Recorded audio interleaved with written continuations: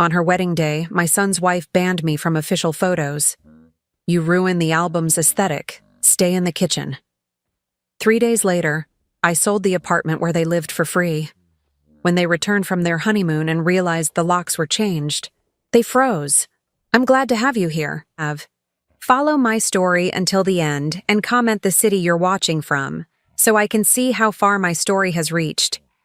My name is Roberta, and I'm 62 years old. I never imagined that my son's wedding day would become the moment I finally understood how invisible I had become in my own family. But sometimes the most painful truths arrive wrapped in white silk and fake smiles.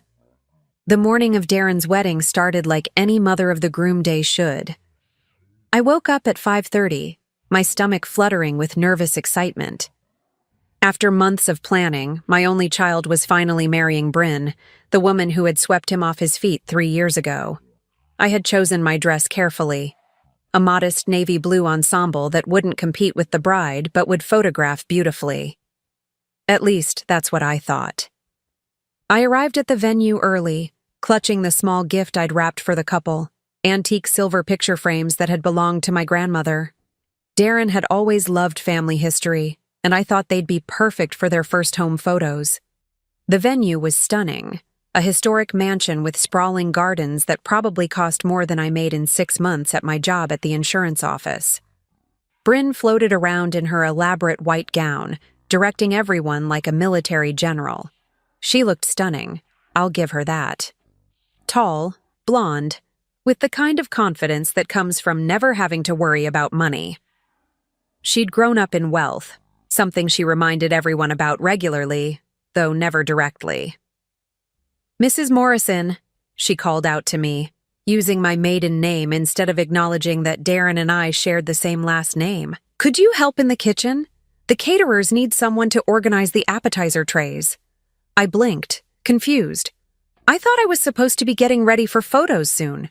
Isn't the family session starting in an hour? Bryn's smile was sharp as crystal. "Oh, about that. We've decided to keep the formal photos intimate, just immediate family. You understand." The words hit me like a slap. Immediate family. As if I, who had raised Darren alone for 18 years after his father abandoned us, somehow didn't qualify. As if the woman who worked double shifts to pay for his college, who held his hand through every fever and heartbreak, was now relegated to kitchen duty. "I don't understand," I said quietly, feeling the eyes of nearby guests turning toward us. "I'm Darren's mother." Bryn's laugh was light and dismissive. "Of course you are.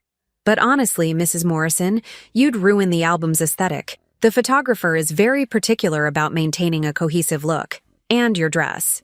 Well, it's very..." She paused, looking me up and down. "Practical. Why don't you stay in the kitchen where you'll be more comfortable?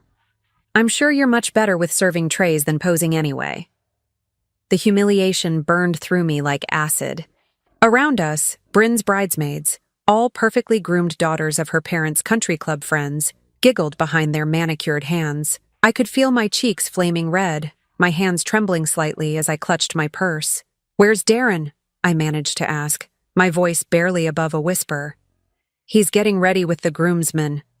"Very busy. You know how it is. Men and their wedding day jitters." Bryn waved her hand dismissively, her engagement ring, a 3-carat diamond I'd helped Darren pay for, though he didn't know that, catching the light. "Now, about those appetizers. I wanted to march upstairs and find my son. I wanted to demand an explanation. But something in Bryn's eyes, something cold and calculating, made me pause. This wasn't spontaneous cruelty. This was planned, deliberate. She had orchestrated this moment probably weeks ago, knowing exactly how to position it so I'd look like the difficult mother-in-law if I protested. "Of course," I heard myself saying, my voice strangely calm. "I'd be happy to help in the kitchen." Bryn's smile widened, victorious. "Wonderful. I knew you'd understand. You're so practical, Mrs. Morrison. So sensible." As I walked toward the kitchen, my legs feeling like they belonged to someone else, I passed a mirror in the hallway. The woman looking back at me was a stranger, gray-haired, lined around the eyes, wearing a dress that suddenly seemed dowdy and cheap. When had I become this person? When had I become someone who could be dismissed so easily? The kitchen was bustling with professional caterers who barely glanced at me as I began arranging silver trays. My hands moved automatically while my mind reeled. Through the service window, I could see the photography session beginning on the mansion's grand staircase. Bryn posed radiant and glowing, surrounded by her parents, her sister, her bridesmaids. Darren stood handsome in his black tuxedo, smiling broadly as the photographer captured what would become their official wedding memories. I wasn't in a single shot. "Ma'am?" One of the caterers touched my arm gently. "You're crying on the shrimp." I looked down to see tears splashing onto the appetizer tray I'd been arranging. I hadn't even realized I was crying. "I'm sorry," I whispered, stepping back from the table. "Hey, don't worry about it. Weddings are emotional." The young woman, probably in her 20s with kind eyes, handed me a paper towel. "You look like you need some air. Why don't you step outside for a minute?" I nodded gratefully and slipped out the kitchen's back door into the garden. The afternoon sun was warm on my face, but I felt cold all the way through. I sat on a small stone bench hidden behind a cluster of rose bushes, far enough from the festivities that no one would see me fall apart. 37 years. That's how long it had been since Darren's father walked out on us when my son was just 6 months old. 37 years of working 2 jobs, of cutting coupons and shopping sales, of putting every dream on hold so my boy could have everything he needed. I'd watched him graduate valedictorian from high school, earn a full scholarship to State University, land his first job at a prestigious accounting firm. I'd been so proud, so grateful that all the sacrifice had been worth it. But sitting there in that garden, invisible at my own son's wedding, I realized something that made my stomach turn. All those years, I hadn't just been providing for Darren. I'd been training him to see me as expendable, the woman who handled the practical things, who solved problems quietly in the background, who never made demands or caused scenes. I pulled out my phone and looked at the last text I'd sent Darren 3 days ago. "So excited for your big day. Love you." He'd responded with a thumbs-up emoji. A thumbs-up emoji to his mother, 3 days before his wedding. The sound of laughter drifted from the main reception area. Through the rose bushes, I could see guests beginning to gather for the ceremony. In an hour, I would sit in some back row, watching my son marry a woman who had just made it crystal clear that I was nothing more than hired help in her eyes. But as I sat there, something strange happened. The devastating sadness that had been crushing my chest began to transform into something else, something harder, something colder. For 37 years, I had swallowed every slight, every dismissal, every moment of being taken for granted, because I told myself it was what mothers did. We sacrificed, we endured, we stayed silent. I thought about the envelope hidden in my bedroom dresser at home, the one containing the deed to the apartment where Darren and Bryn lived rent-free, the apartment they believed was a wedding gift from Bryn's parents, the apartment I had secretly purchased with my retirement savings, my inheritance from my mother, and a loan I was still paying off. They had no idea. I stood up slowly, smoothing my practical navy dress, and walked back toward the venue. But I didn't return to the kitchen. Instead, I found my assigned seat in the very last row, behind all the other guests, behind the vendors and distant acquaintances. The perfect spot for someone who apparently didn't matter. As the ceremony began, and I watched Darren look adoringly at his bride, I made a decision that would change everything. I pulled out my phone and began typing a very important email to my real estate attorney. Some lessons, I realized, could only be taught one way. The wedding was beautiful. The reception was elegant. And through it all, I smiled and nodded and played the role of the grateful, unimportant mother perfectly. But inside, I was planning something that would teach my new daughter-in-law exactly what happened when you tried to erase Roberta Morrison from her own son's life. 3 days after the wedding, I sat in my small kitchen drinking my morning coffee and staring at a stack of documents I'd kept hidden for over 2 years. The deed to 894 Maple Street, apartment 12B, the place my son and his new wife called home, the place they thought was a generous wedding gift from Bryn's wealthy parents. They had no idea that every month for the past 24 months, I'd been making the mortgage payments, that every utility bill, every maintenance fee, every property tax statement came directly to my mailbox, that the down payment had consumed my entire inheritance from my mother, $35,000 she'd saved over decades of careful living, money she'd intended to secure my retirement. I'd given it all to ensure my son had a beautiful start to his marriage. The irony wasn't lost on me now, sitting alone in my cramped one-bedroom apartment while they lived in luxury 6 blocks away. But that's what mothers do, isn't it? We sacrifice everything for our children's happiness, even when they don't know we're doing it. The story of how I came to own that apartment began 18 months before the wedding, when Darren first brought Bryn home to meet me. I'd prepared for weeks, cleaning my little apartment until it sparkled, cooking his favorite meal, pot roast with mashed potatoes, the same dinner I'd made every Sunday when he was growing up. I wanted to make a good impression on the woman who'd captured my son's heart. Bryn had walked into my home and barely concealed her shock. Her eyes swept over my secondhand furniture, my small kitchen with its outdated appliances, my careful decorating that made the best of limited space and an even more limited budget. She smiled, but it was the kind of smile that never reached the eyes. "This is so cozy," she'd said, the word hanging in the air like an insult wrapped in politeness. During dinner, as I served them my carefully prepared meal, Bryn talked extensively about her childhood home, a 5-bedroom colonial with a pool and tennis court, family vacations to Europe, private schools and country clubs. She didn't ask me a single question about myself. Not one. "Darren tells me you work in insurance," she'd mentioned casually while picking at her food. "That must be stable." The way she said stable made it sound like a character flaw. After they left that night, I heard them talking in the hallway outside my apartment. Their voices carried through the thin walls. "She seems sweet," Bryn was saying, but her tone suggested otherwise. "Though that apartment is so small, and the neighborhood isn't exactly, well, you know." "Mom's worked hard to make a nice home for herself," Darren had replied, but his voice lacked conviction. "She's done her best." "Of course she has. I didn't mean anything by it. It's just, when we get married, where will we live? I can't imagine bringing children to visit in a place like that. There's no space for family gatherings, and the building is so old." I'd pressed my ear closer to the door, my heart sinking with every word. "We'll figure something out," Darren had said.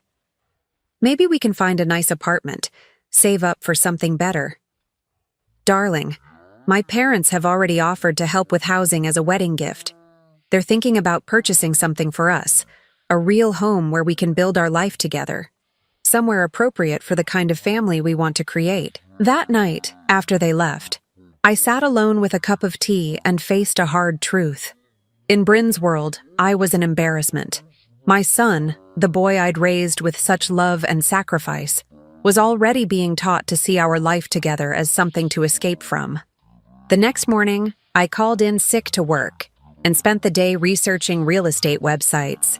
If Bryn's parents were going to buy them an apartment, I needed to understand what that meant. I looked at listings in their price range, toured buildings online, educated myself about down payments and mortgage rates. By evening, I'd made a decision that would have seemed impossible just 24 hours earlier.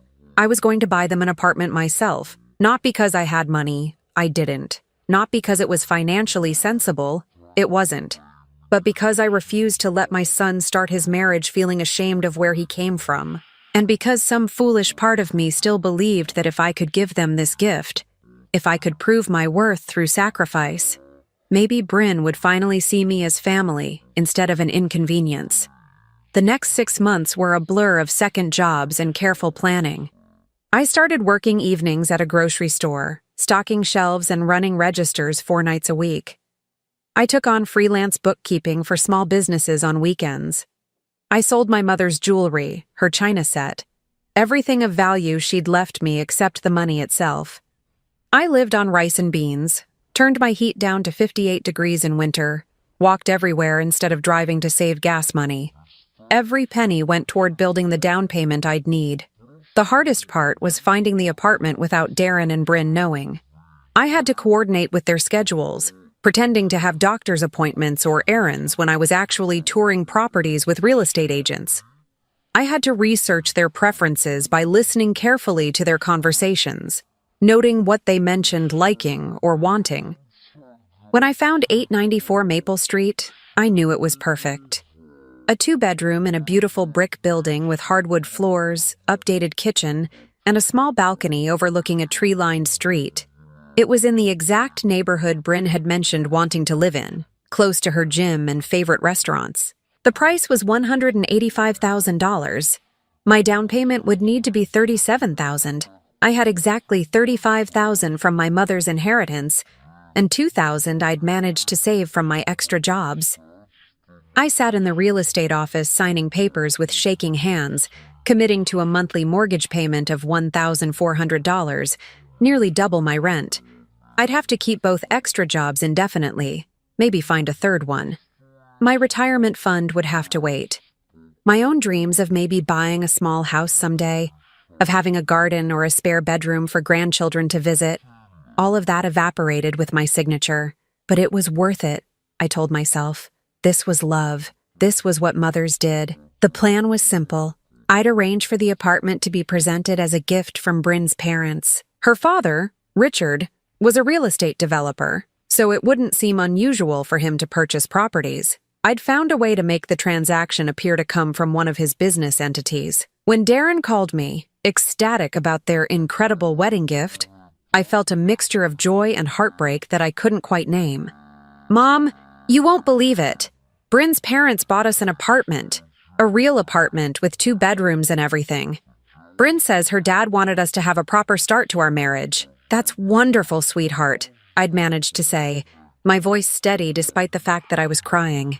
"You deserve every happiness. I wish you could see it, but they want to keep it as a surprise until after the wedding. Bryn says they're having it furnished and everything." For the next year, I'd watched my son build his life in the home I'd secretly provided. I'd driven by sometimes just to see the lights in their windows, to know they were happy and comfortable. I'd never been invited inside.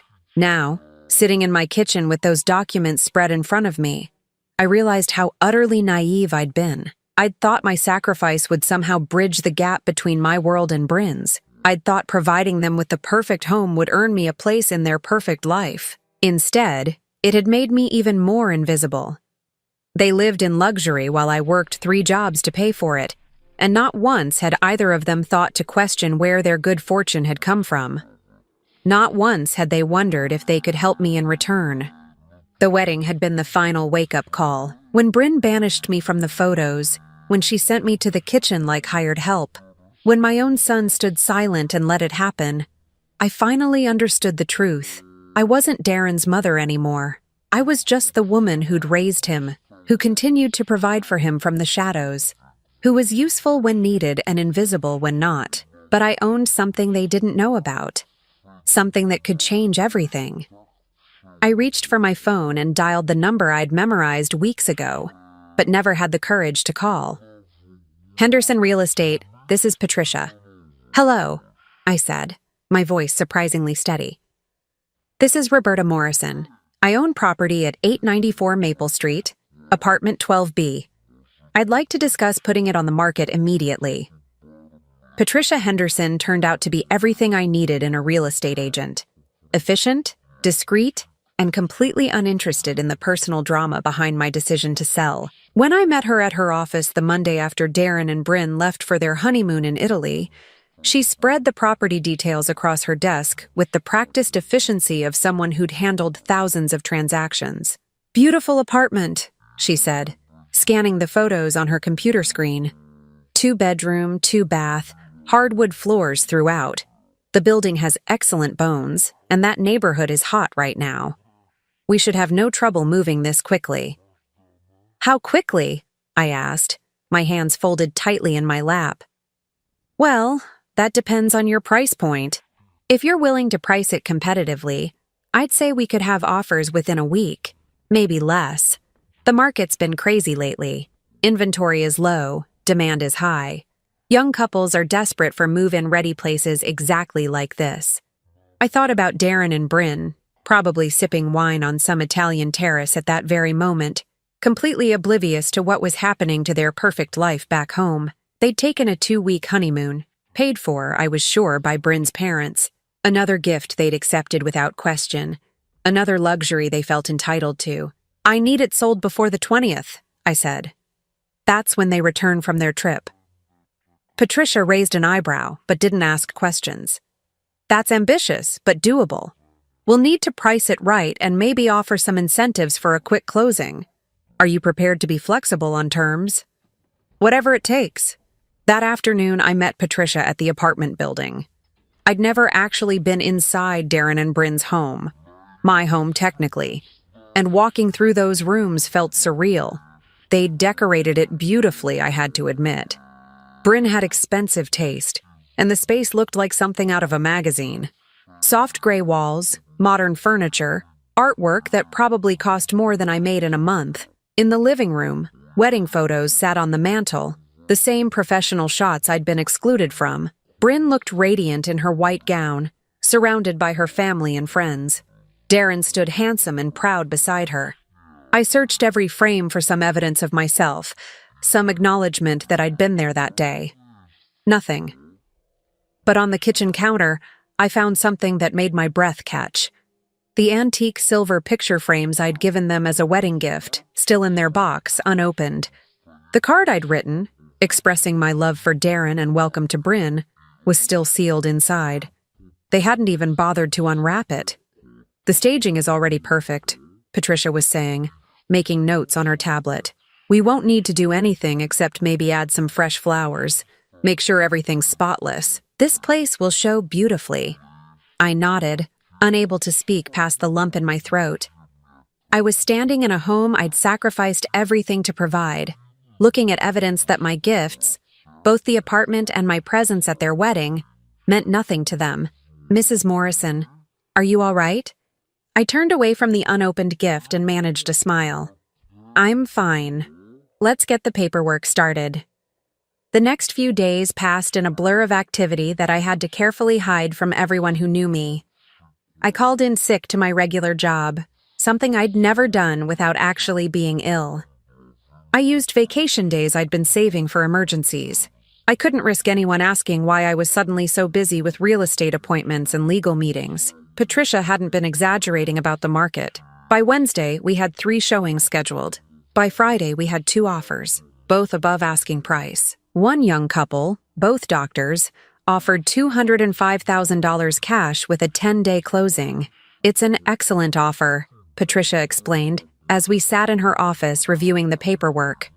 "Cash deals close fast, no financing complications, no appraisal issues. You could have the money in your account by next Friday, and they can take possession immediately? As soon as the papers are signed and the funds transfer. They're eager to move in. Apparently they're renting month to month right now and want to get settled." I thought about the timing. Darren and Bryn would return from Italy on Sunday the 20th. If we closed on Friday the 18th, the new owners could change the locks over the weekend. By the time my son and his wife returned from their romantic European adventure, their key wouldn't work anymore. "Accept the offer," I said. That weekend, while Darren and Bryn were probably touring the Colosseum or floating through Venice in a gondola, I was coordinating the most complicated logistical operation of my life. The new owners, Dr. Amanda Chen and Dr. Michael Rodriguez, were incredibly understanding when I explained that the previous tenants had left some belongings behind that needed to be collected before they moved in. What I didn't tell them was that I was about to pack up my son's entire life. I hired a moving company for Saturday morning, paying extra for weekend service and short notice. 3 men with a truck arrived at 8 o'clock sharp, and I let them into the apartment with my key, the key I'd had made when I first purchased the property, the key Darren and Bryn never knew existed. "We're packing everything," I told the crew chief, a patient man named Miguel who seemed unfazed by the unusual circumstances. "Clothing, personal items, everything except the furniture. The furniture stays." "Where's it all going, ma'am?" I'd rented a storage unit across town, a 10 by 15 space that would hold everything they owned until they figured out their next move. I'd paid for 3 months up front, enough time for them to make new arrangements, but not so long that they could take my generosity for granted. Walking through their home as strangers packed up their belongings felt like performing surgery on my own heart. I supervised as they carefully wrapped Bryn's expensive dishes, her designer clothes, her collection of handbags that cost more than I spent on groceries in a month. I watched them box up Darren's books, his college diplomas, his childhood photographs that I'd given him when he moved out. In their bedroom closet, I found something that made me pause. A small wooden box tucked behind Bryn's shoes, the kind of box people use to store important documents or sentimental items. I opened it, telling myself I was just checking for valuables that needed special care. Inside were letters. Love letters, but not from Darren. The handwriting was unfamiliar, the signature at the bottom reading, "Forever yours, Marcus." The dates were recent, within the last 6 months. Some were written while she was engaged to my son. I stared at those letters, my hands trembling slightly as the implications sank in. Bryn had been having an affair, maybe still was, the perfect bride who'd humiliated me at her wedding, who'd treated me like hired help while accepting the home I'd secretly provided, had been cheating on my son. For a moment, I considered keeping the letters, using them. The information in that box could destroy Bryn's marriage and vindicate every terrible feeling I'd had about her. But then I realized something important. I didn't need to destroy their marriage. I didn't need to expose Bryn's secrets or prove that she was the terrible person I'd always suspected her to be. I was already giving them something far more valuable than scandal, the truth about who they really were when the comfortable lies were stripped away. I put the letters back in the box and had them packed with everything else. Whatever happened between Darren and Bryn was their business. My business was teaching them what it felt like to have their security ripped away without warning, just like they'd ripped away my dignity at their wedding. By 3 o'clock Saturday afternoon, the apartment was empty of all their personal belongings. The movers had been thorough and careful, leaving only the furniture and the basic appliances. The place looked exactly as it had when I'd first bought it. Beautiful, clean, ready for new occupants. I stood in the empty living room one last time, looking at the space where their wedding photos had been displayed just hours earlier. The mantel was bare now, just clean marble reflecting the afternoon sunlight streaming through the windows. On Monday morning, I met with the attorney handling the closing. The paperwork was extensive but straightforward. I was transferring ownership of the property to Dr. Chen and Dr. Rodriguez for the agreed-upon price of $205,000. After paying off the remaining mortgage balance of $147,000 and covering closing costs, I would walk away with about $52,000. It wasn't enough to replace my retirement savings, but it was enough to give me options I'd never had before. Enough to quit my second and third jobs, maybe even take a real vacation for the first time in decades. The buyers want to change the locks immediately, the attorney mentioned as we reviewed the final documents. They're concerned about security, given that the previous occupants might still have keys. That's perfectly fine, I said, signing my name with a steady hand. On Friday afternoon, I watched from my car across the street as the locksmith installed new deadbolts on the apartment that had consumed my life savings and 2 years of extra work. Dr. Chen and Dr. Rodriguez arrived with their moving truck just as he finished, young and excited to start their life in their new home. They looked happy. They looked grateful. They looked like the kind of people who would never take their good fortune for granted. That evening, I sat in my small apartment with a glass of wine and my phone. I had a text from Darren sent from Rome. "Having amazing time. Can't wait to get home and start our new life together." I typed back, "Enjoy every moment, sweetheart. Home will be waiting for you." It was true, in a way. Home would be waiting, just not the home they expected. Somewhere over the Atlantic, my son and his wife were probably watching movies and planning their future, completely unaware that their old life no longer existed. In less than 48 hours, they would discover what I'd learned long ago, that security is fragile, that comfort can disappear without warning, and that sometimes the people you trust most are the ones who hurt you deepest. I raised my wine glass in a silent toast to the empty apartment across town, to the storage unit full of their belongings, and to the lesson they were about to learn.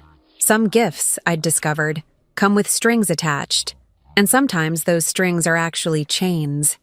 Sunday morning, the 20th of October, I woke up earlier than usual. My stomach had been churning since 3 a.m., not from guilt or regret, but from a mixture of anticipation and something that felt almost like excitement. Today was the day Darren and Bryn would return from their Italian honeymoon to discover that their perfect life had vanished while they were gone. I made myself a pot of coffee and sat by my living room window, which offered a partial view of Maple Street. Their flight was supposed to land at noon, which meant they'd probably be back at the apartment by 2 o'clock. I'd positioned myself to watch, though I wasn't sure why. Maybe I needed to see their faces when reality hit. Maybe I needed to witness the moment they learned what I'd learned years ago, that security is just an illusion. My phone had been buzzing with texts from them throughout their trip. Photos of pasta dishes and ancient ruins, selfies in front of the Trevi Fountain, videos of gondola rides through Venice. They looked so happy, so carefree, so completely convinced that their charmed life would continue forever.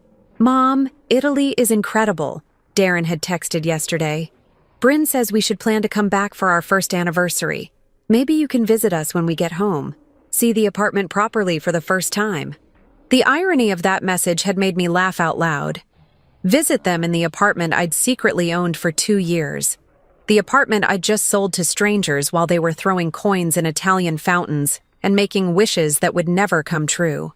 At exactly 1:45 p.m., I saw the taxi pull up in front of their building. Darren got out first, looking tanned and relaxed in clothes that probably cost more than I spent on myself in 6 months.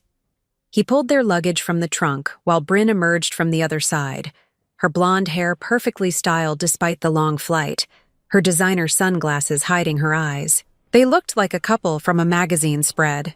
Young, beautiful, privileged, completely unaware that their world was about to collapse. I watched them wheel their suitcases up the front steps, Bryn gesturing animatedly as she told some story from their trip. Darren was laughing, his arm around her waist, his face bright with the kind of happiness that comes from 2 weeks of luxury and romance. They disappeared into the building, and I found myself holding my breath. It took exactly 4 minutes for my phone to ring. "Mom?" Darren's voice was confused, slightly breathless. "Mom, something's wrong with our key. It won't work." I closed my eyes, steadying myself before answering. "What do you mean, honey? Our key won't open the door. The lock must be broken or something. But that doesn't make sense. We've only been gone 2 weeks. In the background, I could hear Bryn's voice, sharp with irritation. "Try it again. You must be doing something wrong." "I've tried it 6 times, Darren said into the phone. "Mom, this is really weird. Should I call the building manager? Or maybe Bryn's dad? He owns the place. Maybe there was some kind of maintenance issue while we were gone."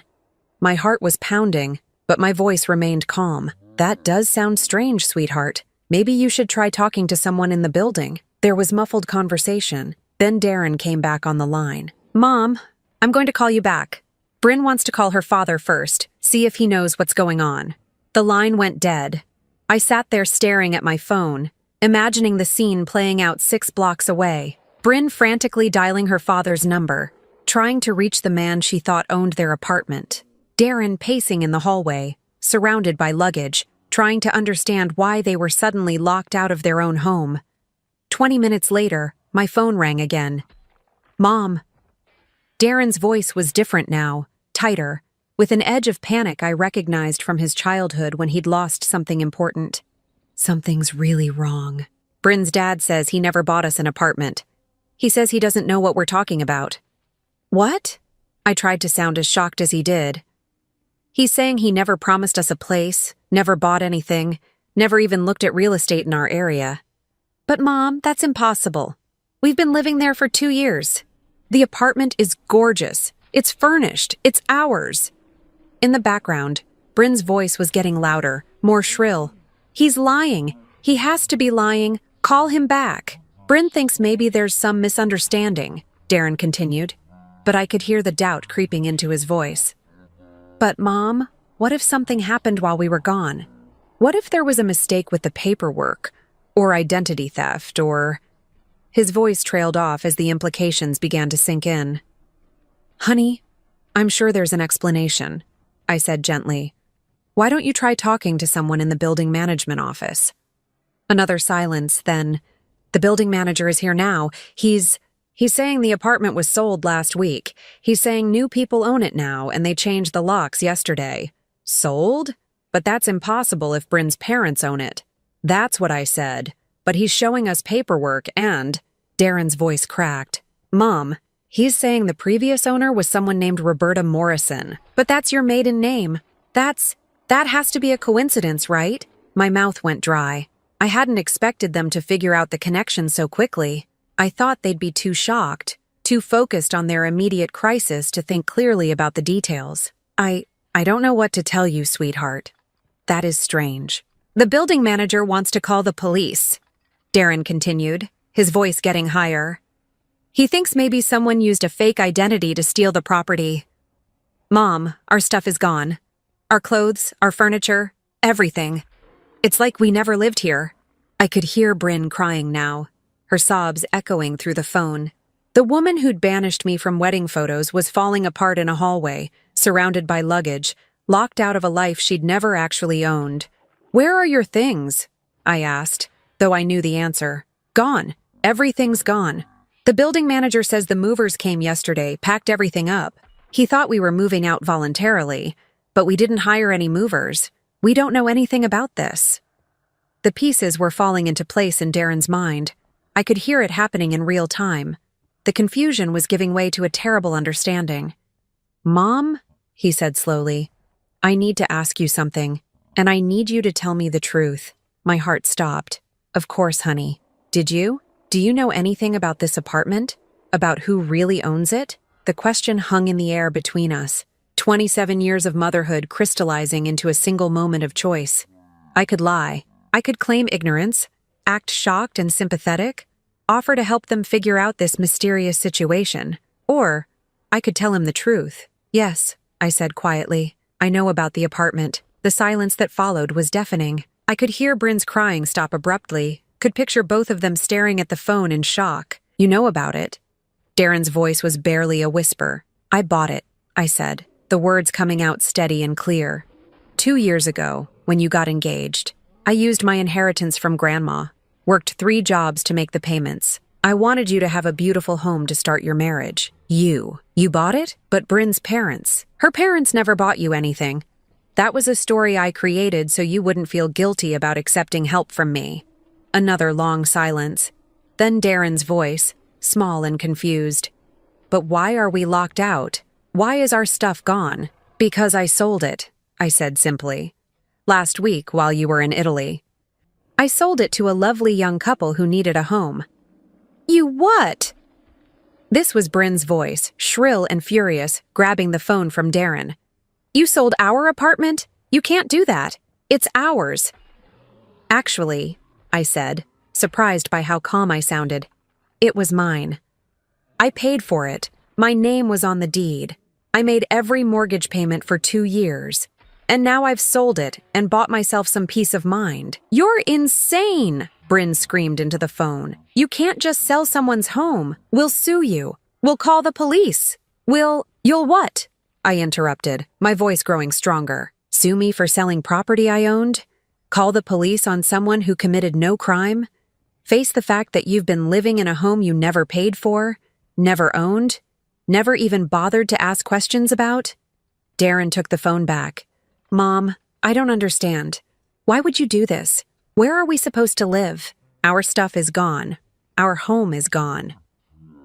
Your stuff is in a storage unit on Elm Street, unit number 47. I've paid for 3 months. That should give you time to make new arrangements. New arrangements?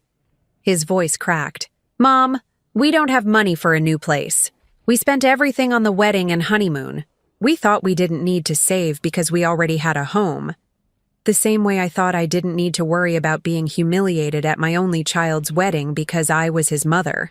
The words hung in the air like a slap. Finally, I'd said it out loud. What? What are you talking about? But even as he asked, I could hear in his voice that he knew exactly what I was talking about. Your wife banned me from your wedding photos, Darren.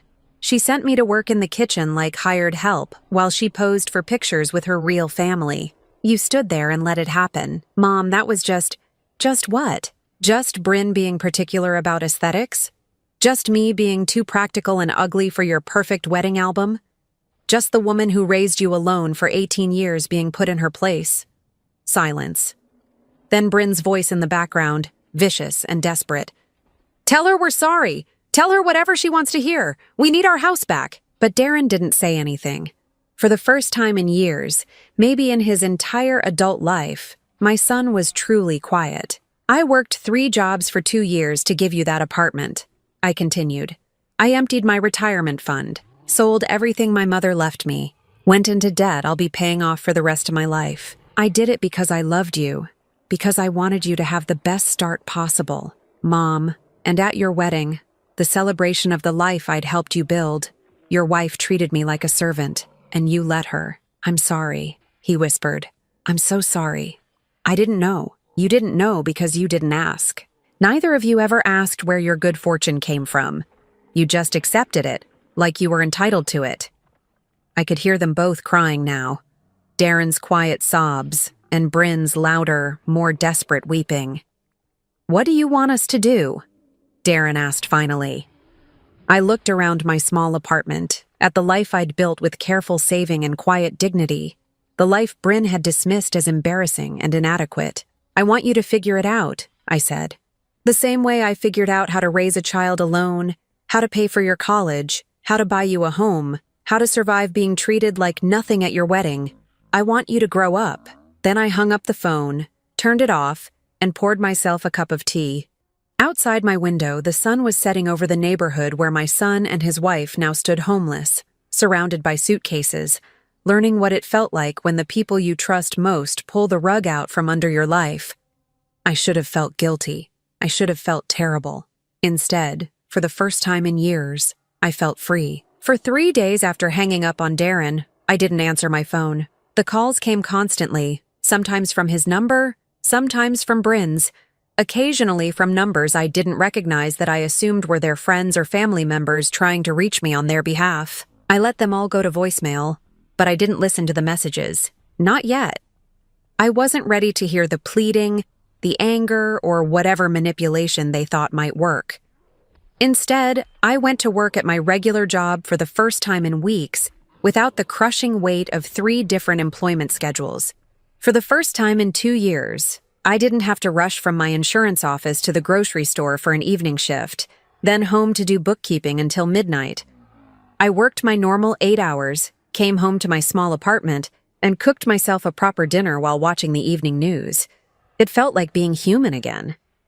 On Wednesday evening, I finally decided to listen to the voicemails. There were 43 of them. The first few were from Sunday night, right after our phone call. Darren's voice, broken and confused. Mom, please call me back. We need to talk about this. We're staying at a hotel tonight, but we can't afford this for long. Please. Bryn's voice on the next message, trying to sound reasonable but with an edge of barely controlled panic. Mrs. Morrison, this is Bryn.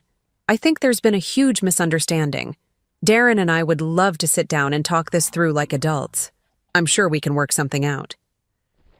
By Tuesday, the tone had shifted. Darren sounded desperate. Mom, we went to the storage unit.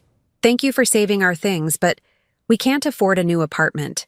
The rental market is crazy right now, and we don't have first month's rent plus deposit plus all the fees. We need help. Please call me back. Bryn's messages became increasingly frantic. You can't just leave us homeless. This is insane. Darren is your son. How can you do this to your own child? But it was the message from Wednesday afternoon that made me sit up straight. A woman's voice I didn't recognize, older with the crisp diction of someone accustomed to being obeyed. This is Victoria Whitman, Bryn's mother. I understand there's been some sort of family dispute that has left my daughter and her husband without housing. This is completely unacceptable. I'm calling to inform you that we'll be taking legal action if this situation isn't resolved immediately. No one treats a Whitman this way. I had to laugh. Bryn's mother, calling to threaten me with lawyers because her daughter's free ride had ended. The same people who had supposedly bought the apartment for their daughter, but somehow knew nothing about it when the locks were changed. The next message was from Darren again, and this one was different. His voice was tired, defeated. Mom, Bryn's parents are saying they never promised us anything. Her dad is claiming he doesn't know what we're talking about when we mention the apartment gift. Bryn is. She's not handling this well. She's saying things that don't make sense, blaming everyone except herself. I'm starting to wonder if I ever really knew her at all. That message had been left just 2 hours ago. I poured myself a glass of wine and called him back. He answered on the first ring. Mom? Hello, Darren. Oh, God, thank you for calling me back. I wasn't sure you would. Where are you staying? A motel on Route 9. The Starlight Inn. It's pretty awful, but it's what we can afford right now. I knew the place. $49 a night, weekly rates available, the kind of place where people stayed when they'd run out of other options. The irony wasn't lost on me. Bryn, who'd found my modest apartment embarrassing, was now living somewhere that made my neighborhood look like Beverly Hills. How is Bryn handling it? A long pause. Not well. Mom, she's saying things that are really bothering me. About you, about our family, about people who don't have money. I never realized how she really felt about people like me? Yeah. His voice was barely a whisper. About people like us. Tell me what she's been saying. Another pause, then words that came out in a rush. She keeps talking about how this is all your fault, how you're vindictive and jealous of our happiness. She said you probably planned this from the beginning, that you never really wanted her in the family. And when I tried to defend you, tried to explain that you worked 3 jobs to buy us that apartment, she said. What did she say? She said that was your job, that parents are supposed to sacrifice for their children, and you were just doing what you were supposed to do. She said you had no right to expect gratitude for basic parental duties. I felt something cold settle in my chest. What else? She called you pathetic. She said any real mother would have found a way to help us without making such a big deal about it. She said. He stopped, his voice breaking slightly. Say it, Darren. She said she never wanted you in our wedding photos because you looked poor and sad, and it would have reminded everyone that I came from nothing. She said she was protecting me from embarrassment. The words hit exactly as they were meant to, like knives, precise and sharp. But instead of pain, I felt a strange sense of validation. Finally, Bryn's mask was slipping. Finally, Darren was seeing what I'd known all along. And what did you say to that? I told her that was horrible. I told her you were my mother, and she had no right to talk about you that way. And he took a shaky breath. She said if I wanted to keep defending poor people instead of building a life with her, maybe I wasn't the man she thought she married. I see. Mom, I'm starting to think I made a terrible mistake. This woman I married, when things got difficult, she became someone I don't recognize. Or maybe this is who she always was, and I just didn't want to see it. I sat in my quiet kitchen, listening to my son finally understand what I'd tried to protect him from. Part of me wanted to comfort him, to rush over to that awful motel and rescue them both. But the larger part of me knew this was necessary. This was the lesson he needed to learn. What are you going to do? I asked. I don't know. We can't afford an apartment, not a decent one. Everything requires first month, last month, and a security deposit, and we spent our savings on the honeymoon. Bryn keeps saying her parents will help, but they're not returning her calls. I think they're embarrassed by the whole situation. And work? Are you both still employed? Yeah, but Bryn's been missing days because she's too upset to function. She keeps crying and saying her life is ruined. My boss has been understanding, but I can't concentrate. Everything feels like it's falling apart. In the background, I could hear a door slam and Bryn's voice, shrill and angry. Are you talking to her? Hang up. Don't you dare beg that crazy woman for anything. I should go, Darren said quickly. Wait, there's something you need to know. What? I found letters in Bryn's belongings when I had them packed. Love letters from someone named Marcus, dated during your engagement. Silence. Then, what? She was having an affair, Darren. Maybe still is. I put the letters in the storage unit with everything else. Box 47, behind her shoes. I heard him take in a sharp breath. Are you sure? I'm sure. More silence, then Bryn's voice getting closer. Who are you talking to? Darren, get off the phone. I have to go, he whispered. Darren, wait, one more thing. What? You asked me what I want you to do. I want you to decide who you really are. Are you the man who stands silent while his wife humiliates his mother? Are you someone who accepts gifts without asking where they come from? Are you going to spend your life apologizing for where you came from? Or are you going to remember that the woman who raised you did it with love and dignity? The line went quiet except for the sound of Bryn's approaching footsteps and her increasingly agitated voice. Think about it, I said, and hung up. 2 hours later, my phone rang again. This time, it was Bryn. You vindictive bitch, she snarled without preamble. You've ruined everything. My marriage, my home, my life. All because you're jealous that I'm young and beautiful and everything you'll never be. Is that what you think this is about? I know what this is about. You couldn't stand that Darren chose me over you. You couldn't handle that he had a real family now, not just some pathetic single mother who worked retail jobs. I felt remarkably calm. Bryn, I worked 3 jobs for 2 years to buy you that apartment. So what? That was your choice. Nobody asked you to. You're right. Nobody asked me to, just like nobody's asking me to help you now. You can't just abandon your own son, the way you abandoned any pretense of respect for the woman who made your comfortable life possible. I don't owe you anything. You're not my mother. You're absolutely right. I'm not.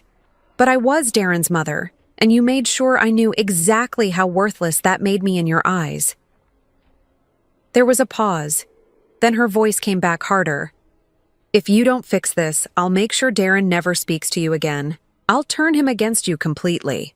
Bryn, I think you'll find that ship has already sailed. What's that supposed to mean? It means your husband is currently reading love letters you received from Marcus during your engagement. It means the mask is coming off, and for the first time, Darren is seeing exactly who he married. The silence that followed was beautiful. When she spoke again, her voice had lost all its venom, replaced by something close to panic. I don't know what you're talking about. Of course you don't. Just like you don't know where your beautiful apartment came from, or why your parents suddenly can't remember promising to buy you a home. Those letters, they don't mean anything. Marcus is just a friend. I'm sure Darren will understand that when you explain it to him. You can't do this to me. I have nowhere else to go. My parents are furious about the embarrassment this has caused. My friends all think I'm a fraud. Darren is the only person I have left. Then maybe you should have thought about that before you decided I wasn't good enough to be in your wedding photos. I hung up on her mid-sob. An hour later, Darren called one final time. Mom, I found the letters. And? I'm coming home. Not to you. I know I need to earn that right back. But I'm leaving her. I'm getting the marriage annulled. What changed your mind? When I confronted her about the letters, she didn't deny it. She just said that Marcus understood her in ways I never could, that he came from her world and knew how to treat a woman properly. Then she said if I was any kind of real man, I would have been able to provide for her the way her father did, and she wouldn't have needed to look elsewhere. I'm sorry, sweetheart. No, Mom. I'm sorry. I'm sorry I let her treat you the way she did. I'm sorry I was too blind to see what she really was. I'm sorry I took everything you sacrificed for granted. I felt tears starting, but they weren't sad tears. What will you do now? I don't know. Find a small apartment I can actually afford. Maybe go back to school, get a better job. Figure out how to be the kind of man you raised me to be instead of the kind of man she wanted me to pretend to be. And Bryn? She's calling everyone she knows, trying to find somewhere to stay. Her parents won't take her back. Apparently, this whole situation has embarrassed them socially. Her friends all thought she was married to someone with money. Marcus, it turns out, is married with kids and was never going to leave his wife. So she's alone? Completely. Just like she made sure you felt at our wedding. I closed my eyes, feeling something I'd carried for months finally lifting from my shoulders. Darren? Yeah, Mom. When you're ready. Really ready. Not just sorry because everything fell apart. Call me. We'll have dinner. In my small, practical apartment with my second-hand furniture. I'd like that. And Mom? Yes? Thank you. For everything. For the sacrifices I never knew about. For the love I took for granted. and for teaching me this lesson even though it must have hurt you to do it. After I hung up, I sat in my quiet kitchen and finished my wine. Outside my window, the neighborhood looked exactly the same as it had 3 days ago, but inside my small practical apartment, everything had changed. I wasn't invisible anymore. I wasn't taken for granted. I wasn't the woman who gave everything and received nothing in return. I was Roberta Morrison, and I had finally learned that sometimes the most loving thing you can do is stop letting people treat you like you don't matter, even if one of those people is your own son. 6 months later, I was standing in the kitchen of my new home, a small 2-bedroom cottage I'd bought with the money from selling Darren's apartment, when I heard a car door slam in my driveway. Through the window, I watched my son climb out of a modest used Honda, carrying a bouquet of grocery store flowers and what looked like a homemade casserole dish. He looked different, thinner maybe, but stronger somehow.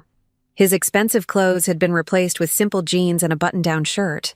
His hair was a little longer, less perfectly styled. He looked like the boy I'd raised, not the man Bryn had tried to reshape him into. This was his 3rd visit since the day he'd called to tell me his marriage was over. The first time, 2 months ago, he'd stood on my front porch for 10 minutes apologizing before I'd invited him in. The second time, we'd managed to have coffee and awkward conversation about safe topics like work and weather. Today felt different, though I wasn't sure why. I opened the door before he could knock. "Hi, Mom." "Hello, sweetheart. Come in." He followed me into the kitchen, setting the casserole dish on my counter with the careful attention of someone who'd learned not to take domestic gestures for granted. "I made lasagna," he said, almost shyly. "I've been learning to cook. Turns out it's not as hard as I thought when you can't afford to eat out every night." I smiled, genuinely pleased. "I'd love to try it. How's the apartment working out?" He'd moved into a 1-bedroom place in a neighborhood similar to mine. Not fancy, but clean and safe and within his means. No help from me, no help from anyone. He'd furnished it slowly with second-hand finds and careful budgeting. It's good. Small, but good. I'm learning to appreciate small. We moved to the living room, settling into the comfortable chairs I'd arranged around a small coffee table. The cottage was a far cry from the luxury apartment I'd bought him, but it was mine in a way that place had never been. Every piece of furniture chosen by me, every decoration reflecting my taste, every mortgage payment coming from money I'd earned honestly. "Mom, I need to tell you something," Darren said, his hands clasped in front of him. "All right. I've been going to therapy." I raised an eyebrow, surprised. "Oh?" "Yeah." I realized after everything happened that I had no idea who I really was. I'd spent so long trying to be what Bryn wanted, trying to fit into her world, that I'd lost track of my own values. The therapist is helping me figure out how I became someone who could stand by while his wife humiliated his mother. I felt a flutter of something. Not quite forgiveness, not yet, but something softer than the anger I'd carried for so long. "What have you learned?" He was quiet for a moment, choosing his words carefully. "I learned that I was ashamed, not of you exactly, but of being poor, of having grown up with less than other kids. When I got my job at the accounting firm, when I started making decent money, I thought I could leave all that behind. And when Bryn came along, with her family's money and connections, I thought she was my ticket to really belonging somewhere. And now? Now I understand that I already belonged somewhere. I belonged with you, in the life we built together. It wasn't glamorous, but it was real. It was earned, and I threw it away for something that was never real at all. I studied my son's face, looking for the sincerity I'd stopped believing in. What I saw there was humility, something I'd never seen in him before the apartment disappeared. "Tell me about Bryn," I said. "What happened after the annulment?" His expression darkened. "It got ugly. When she realized I was serious about ending the marriage, when her parents made it clear they weren't going to bail her out, she tried everything. First, she begged, promised to change, said she'd learn to appreciate what we had. When that didn't work, she tried to convince people that I'd abandoned her, that I was the villain in the story.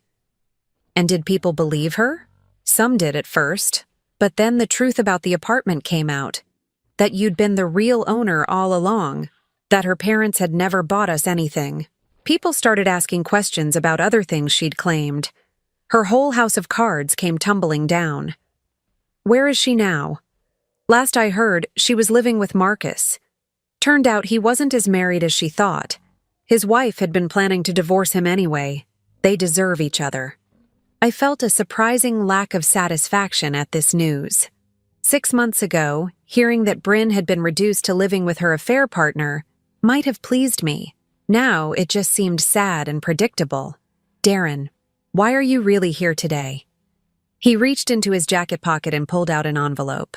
I wanted to give you this. I took it, recognizing my own handwriting on the front.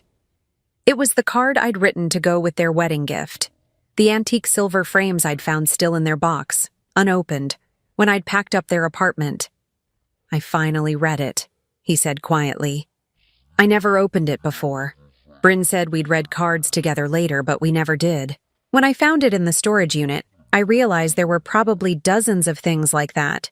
Gestures from you that I just ignored because I was so caught up in my new life. I opened the envelope, though I remembered every word I'd written. The card showed a simple image of a family tree, and inside I'd written, "To Darren and Bryn, may your home be filled with love, laughter, and the strength that comes from knowing who you are and where you come from. All my love always, Mom." I cried when I read it, he admitted. Really cried, for the first time since I was a kid. Because I realized that while I was trying so hard to run away from where I came from, you were trying to give me a foundation to build something real on. And what did you build instead? Nothing. I built nothing. A marriage based on lies, a lifestyle I couldn't afford, a life that disappeared the moment it was tested. We sat in comfortable silence for a moment. Outside, I could hear children playing in the neighborhood, the sound of normal life continuing around us. Mom, I know I don't have the right to ask you for anything anymore, but I need to know, is there a chance we can rebuild our relationship? Not go back to how things were, because that wasn't healthy for either of us, but build something new, something based on honesty and respect? I looked at my son, really looked at him. The entitlement that had hardened his features was gone, replaced by something more genuine. The expensive arrogance had been stripped away, leaving behind the person I'd raised him to be before I'd accidentally taught him that I would accept any treatment as long as he was happy. I'd like that, I said simply. His eyes filled with tears. Really? Really. But there are conditions. Anything. First, you need to understand that what I did, selling the apartment, leaving you both to figure things out, wasn't about revenge. It was about teaching you that actions have consequences, that people who love you aren't automatically required to accept being treated poorly. He nodded. I understand that now. Second, I need you to understand that I'm not the same person I was before. I'm not going to sacrifice my own well-being for your comfort anymore. I'm not going to work multiple jobs to fund a lifestyle you can't afford. I'm not going to pretend to be less than I am so you can feel better about who you choose to spend your life with. I wouldn't want you to. I can see now how strong you are, how much you accomplished. I was an idiot for ever being ashamed of that. Third, if you ever get serious about someone again, she has to accept me as I am. In my small house, with my practical clothes, with my ordinary life.